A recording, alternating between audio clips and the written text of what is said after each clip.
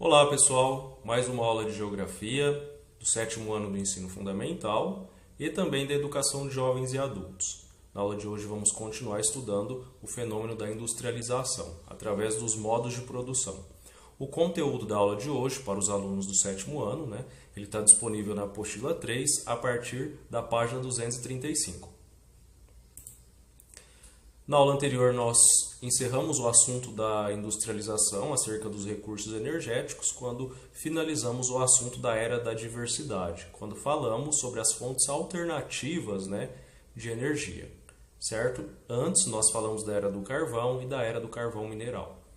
Na aula de hoje, nós vamos iniciar outro assunto dentro do estudo da industrialização. Vamos estudar os modos de produção, a fabricação dos produtos, É sobre isso. Bom, modo de produção industrial. Aqui nós temos uma obra, que ilustra, essa obra ela é denominada Ferro e Carvão. Ela é pintada aí por um artista holandês. Ela retrata as mudanças que ocorreram na paisagem da Inglaterra com o advento do modo de produção industrial que nós vamos estudar hoje. Então aqui é uma imagem aí que ilustra, A gente vê aqui, operários trabalhando em uma atividade industrial, certo? Modos de produção. Os produtos que nós consumimos, onde que eles foram produzidos? Vocês já tiveram a curiosidade de pegar um produto e olhar na embalagem dele, a cidade na qual ele foi produzido? Pode ser qualquer produto, Desde, por exemplo, shampoo, algum outro produto alimentício, um biscoito, uma bolacha recheada, um salgadinho, ou até mesmo itens que a gente utiliza na nossa alimentação diária, como molho de tomate, arroz, feijão. Todos eles têm uma cidade na qual foram produzidos, e lá a indicação do endereço da fábrica, certo? Alguns produtos que nós consumimos vêm com essa indicação, Made in Brasil, e muito comum atualmente, principalmente nos produtos de vestuário, roupa e produtos de tecnologia, Made in China. Isso significa o quê? Produzido no Brasil, feito no Brasil, produzido na China, feito na China, certo? Bom, então esses produtos eles são produtos industrializados, que foram feitos aí, em determinadas cidades ou outros países. Não tem só Made in Brasil, Made in China, Made in France, Tem diversas indicações que mostram em que país que foi feito. São produtos então industrializados. Nós temos os produtos artesanais, que diferentemente dos produtos industrializados, que são feitos nas indústrias, os produtos artesanais eles são feitos por uma única pessoa ou por um pequeno grupo. E essa pessoa e esse pequeno grupo ela cuida, ou eles cuidam, as pessoas que estão envolvidas aí, elas cuidam de todas as etapas da produção. É o modo mais antigo de produção. Por quê? O produto industrializado hoje em dia, as pessoas que produzem esses produtos na indústria, elas não acompanham todo o processo de fabricação do produto. É dividido por fases, por etapas, cada pessoa cuida de uma etapa, então ela não acompanha todo o desenvolvimento do início ao fim desse produto, certo? Bom, então nós temos que com o advento da indústria, o surgimento da indústria, nós já vamos falar mais especificamente sobre isso nos próximos slides. Então, o advento aí da indústria mudou o modo de vida do homem, mudou a forma do homem se relacionar com a natureza. Então, com a chegada da indústria, aconteceu também uma nova organização do espaço geográfico. O espaço geográfico é o objeto de estudo da geografia, a disciplina que vocês estão estudando nesse momento. Essa imagem aqui ilustra produtos artesanais, certo? Continuando, vamos falar então do modo de produção artesanal até a indústria, o modo de produção artesanal, lembrando o mais antigo. O ser humano ele sempre teve a capacidade, desenvolveu cada vez mais essa capacidade de mudar as paisagens, os lugares, e de alterar também o espaço geográfico, certo?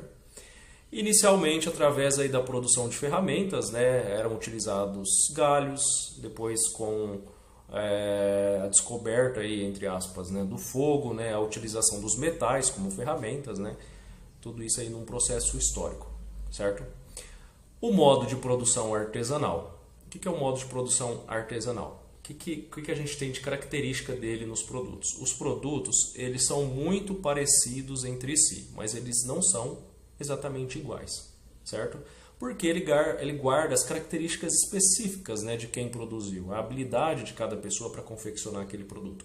Então eles são muito parecidos, mas não são iguais. Diferente dos produtos industrializados, né, que eles são padronizados, né, são exatamente iguais. Se você compra um determinado celular de uma determinada marca, um determinado modelo, você comparar com o de outra pessoa é exatamente igual. O produto artesanal você vai encontrar uma pequena diferença aí, mas ainda assim muito parecidos, certo?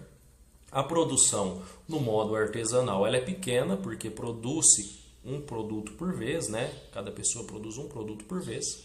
E com a evolução aí da tecnologia, né, do desenvolvimento científico, isso também foi impactando no modo de produção artesanal. Então, algumas máquinas mais simples acabaram sendo incorporadas também no modo de produção artesanal, como podemos citar, por exemplo, máquina de costura. A gente vê aqui uma imagem, né, que ilustra, olha só, a oficina de um tecelão, uma imagem também do pintor holandês, certo? Essa imagem de 1656. Continuando, então, a produção artesanal, o artesanato viveu o seu apogeu aí, né, o período aí de mais utilização desse tipo de produção durante o século V até o século XV. Após o período de produção artesanal, surgiu a manufatura. Ela surgiu ali no século XIV. Por que surgiu a manufatura? Em consequência, principalmente, do aumento da população. Então, precisava-se de mais produtos, né, para abastecer essa população, mais objetos. Então, surgiu a manufatura. O que é a manufatura? Cada pessoa fica em uma etapa do trabalho, em um mesmo espaço, certo? Então, cada pessoa não acompanha mais todo o processo de confecção daquele objeto ou daquele produto, não é ela sozinha que faz do começo ao fim, não, ela começa a se fazer por partes, certo? Surge então aí o proprietário, né, que é um empresário capitalista, diríamos assim, nos dias atuais, né? Esse proprietário ele detinha as ferramentas necessárias e a matéria-prima para a confecção desse produto, né, para a criação desse objeto. Então não é mais a pessoa que tem a matéria-prima e as ferramentas, é o proprietário, né, vamos dizer, dessa indústria, né, desse local onde se produz. E os artesãos que antes trabalhavam para si mesmos, né, produzindo seus próprios produtos, eles passaram a trabalhar aí na manufatura.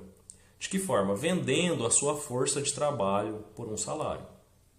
A retribuição, né, a remuneração, passa a ser por hora de trabalho e não mais por peça. Porque no modo de produção artesanal, o artesão produz seu produto e vende. Então a retribuição que ele tem do seu trabalho é através da venda daquela peça. Agora, ele como funcionário, né, na manufatura, ele passa a ter a sua remuneração, o seu dinheiro através do seu trabalho por meio da hora de trabalho. Então surge aí então a divisão social do trabalho, né, em etapas, né, e também há uma questão aí de classe social também nessa divisão social do trabalho, né? Determinadas classes sociais se ocupam de determinadas etapas de produção e outras de outras etapas, certo? A manufatura, ela promoveu o quê? O aumento da produção. Ou seja, aumentou a produtividade, quantidade maior de produtos para vender no mercado. Por quê? Olha só, 3 indicações do porquê. Ao realizar um só tipo de tarefa na produção de um objeto, o trabalhador ganhava agilidade no que fazia, especialização. Então, já que o trabalhador não precisava cuidar do começo, do meio e do fim da produção daquele produto, ou ele ficava só no começo ou só no meio, em determinada etapa, ele acabava adquirindo mais habilidade naquela etapa, mais especialização, mais agilidade. Também perdia-se muito menos tempo entre as etapas de produção e também a criação de ferramentas melhores para cada parte do trabalho, em razão aí do trabalhador se especializar, né, naquela etapa, acabava desenvolvendo aí ferramentas, né, que produziam mais agilidade, maior produtividade, certo? Continuando. Então, vocês já ouviram falar, acredito, na Revolução Industrial. Então, com o desenvolvimento da tecnologia de uma maneira cada vez mais acelerada, o avanço do conhecimento científico, né, da produção científica, tudo isso acarretou o quê? Mudanças nos modos de produção no século XVIII. Ou seja, o conhecimento científico e o avanço da tecnologia foi empregado, né, na industrialização, né, na produção de produtos. Isso aconteceu onde? Na Inglaterra. Foi empregado onde? Nas indústrias e nos meios de transporte ingleses. E também com o advento aí do emprego dessa tecnologia e do avanço científico, a mão de obra humana ela começou aí a ser substituída por máquinas. Então, se antes o trabalho era manufaturado, né, feito, né, com as mãos, passou então a substituir essa mão humana por máquinas. Olha só essa citação da página de vocês, né, da apostila 237. Ó. A invenção do tear mecânico e de máquinas hidráulicas que funcionam com a força da água em movimento e a vapor, principalmente, movidas pela pressão do vapor de água, alterou as formas de produção de modo tão significativo que esse momento histórico foi denominado Revolução Industrial, né? Temos aí, então a primeira Revolução Industrial, principal tecnologia, né, desenvolvida na época, o vapor. Aí. Então as máquinas movidas aí pela pressão do vapor, certo? Continuando, então aconteceu a substituição da produção artesanal, manufaturada, né, também, por produção mecânica. Primeiro, onde aconteceu? Na Inglaterra. E depois não ficou restrito só à Inglaterra, né? Se expandiu pelo mundo, né? Por outros países europeus, né? Como França, Alemanha, Itália. E também em direção a outros continentes, como Estados Unidos e depois Japão também. Certo? Com o advento das fábricas, as pessoas saindo de casa para ir para o local de trabalho que passa a ser dentro das fábricas, aconteceu o quê? Um aumento do controle da mão de obra. Aconteceu também a perda do caráter qualificado do trabalho e, em razão aí da maximização do lucro, né, porque o proprietário dessa fábrica, obviamente, ele quer lucrar, acontecia o quê? A contratação de mulheres e crianças por salários mais baixos. Lembrando que nos dias atuais, em nosso país, por exemplo, o trabalho infantil é proibido, ele é permitido, o trabalho infantil, né, é aquele abaixo de 14 anos, não pode, só pode se trabalhar no Brasil acima de 14 na condição de aprendiz com um registro formal. E é vedado o trabalho noturno insalubre para menores de 18 anos. Então, na época, né, nesse período na Inglaterra, né, no continente europeu, contratava-se crianças por baixos salários e mulheres. A diferença salarial que tinha aí nessa época não é uma coisa que não acontece nos dias de hoje. Talvez não com a mesma intensidade, mas ainda assim há uma diferença salarial do salário pago à mulher e pago ao homem, mesmo ocupando as mesmas funções. Bom, então vamos retornar aí para o contexto da Revolução Industrial. Então, para aumentar o lucro, os empresários contratavam mulheres e crianças por salários mais baixos do que dos homens. Instituiu-se o trabalho noturno, né? A fábrica passou a funcionar 24 horas, com trabalhadores trabalhando durante o período da noite. E as jornadas semanais eram de até 16 horas diárias de trabalho. Se o dia tem 24 horas, né, ficavam 16 horas aí trabalhando.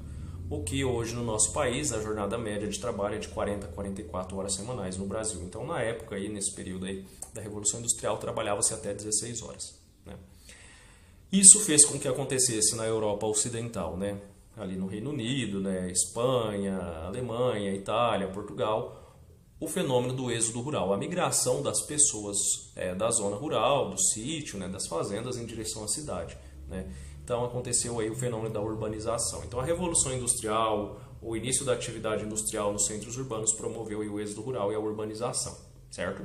Nós temos uma imagem aqui, né, que ilustra, né, um trabalho do período. Continuando.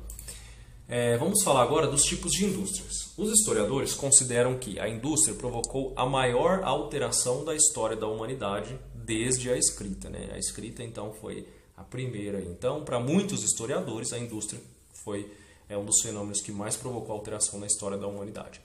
Nós temos vários tipos de indústrias e como nós classificamos essas indústrias? Por diversos critérios. Mas o critério mais utilizado é a categoria desse produto e o destino desse bem produzido. Nós temos aqui uma imagem de uma produção industrial moderna, de uma indústria de alimentação. Vamos lá, para os tipos de indústria. A gente vai finalizar a aula nesse slide. Tá? Nós temos aqui o setor industrial, considerado o primeiro. Vamos ver a indústria de base ou bens de produção. Ela fabrica bens e equipamentos para outras indústrias. Certo? Exemplos: matéria-prima beneficiada, máquinas e ferramentas pesadas, ferro e aço para as siderurgias e minerais metálicos para as metalúrgicas, produtos químicos, a indústria química, a energia, que é a indústria de infraestrutura. As indústrias que produzem ferro e aço são as siderúrgicas e as minerais metálicos são as metalúrgicas, são elas indústrias de base de bens de produção, certo? Então, o segundo tipo que a gente tem do setor industrial é a indústria de bens intermediários, que ela fabrica peças para a indústria de bens de consumo, como, por exemplo, a indústria de autopeças, né, de peças aí de automóveis. E nós temos, então, o terceiro tipo de indústria, que é a indústria de bens de consumo ou a indústria leve. Ela produz para o mercado consumidor bens duráveis, por exemplo, é a indústria que produz os automóveis, e os bens não duráveis, como, por exemplo, alimento, vestuários, certo? Pessoal, o conteúdo da aula de hoje, então, fica por aqui, na página 238 e 239 da apostila 3. A gente continua na próxima aula com alguns exemplos desses tipos de indústria, lembrando que são 3 os tipos de classificação industrial, né? Indústria de base, indústria intermediária e indústria de bens de consumo. Qualquer dúvida, direcione ao tutor de vocês e até a próxima aula.